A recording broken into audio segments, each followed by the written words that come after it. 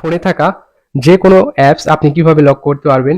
এর জন্য আপনার যে কাজটা করতে হবে সেটা হচ্ছে প্লে স্টোরে যাবেন এবং প্লে স্টোরে আপনারা এখানে অ্যাপ লক এই লেখাটুকু লিখে সার্চ করলে আপনাদের সামনে এরকম অসংখ্য অ্যাপস চলে আসবে। আপনারা দেখতে পাচ্ছেন এখানে একটি অ্যাপস আছে অ্যাপস লক প্লাস পিন।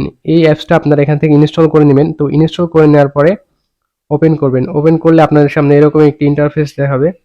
তো আপনারা এখানে নেট কানেকশনটা অফ করে নেবেন, নয়তোবা আপনাদের অ্যাডের জন্য একটু সময় লাগবে বা অ্যাড এসে বিরক্তিকর একটা ঝামেলা। তো এখানে আপনারা দেখতে পাচ্ছেন অ্যাপস লক, এখান থেকে আপনার একটি প্যাটার্ন আপনি দিয়ে দিবেন, আপনার পছন্দ মতো প্যাটার্ন। আমি এখন আমার যে ফোল্ডারটি লক করব, ধরেন ফেসবুক অথবা আমি গ্যালারি লক করতে চাচ্ছি, সেজন্য আমার সেখানে ক্লিক করতে হবে এবং এখানে দেখতে পাচ্ছেন একটি অ্যাড আসছিল। তো আমি এখানে গ্যালারিতে ক্লিক করে দিলাম এবং ফেসবুকে ক্লিক করে দিলাম। এখন আমি ফেসবুকে গেলে দেখুন লক চাচ্ছে এবং গ্যালারিতে গেলেও কিন্তু লক চাচ্ছে। যাদের ফোনে মূলত অ্যাপস লক এই সেটিংসটা নেই তাদের জন্য অ্যাপসটি অনেক হেল্পফুল হবে এবং অ্যাপসটি আপনারা প্লে স্টোর থেকে নামিয়ে নিতে পারবেন। পাশাপাশি আরও অনেক অ্যাপস আছে, বিশেষ করে আপনারা যে অ্যাপসগুলো ইউজ করবেন দেখতে পাবেন যে এখানে আপনার 100 মিলিয়ন ডাউনলোড প্লাস এবং এটাতেও 100 মিলিয়ন ডাউনলোড প্লাস।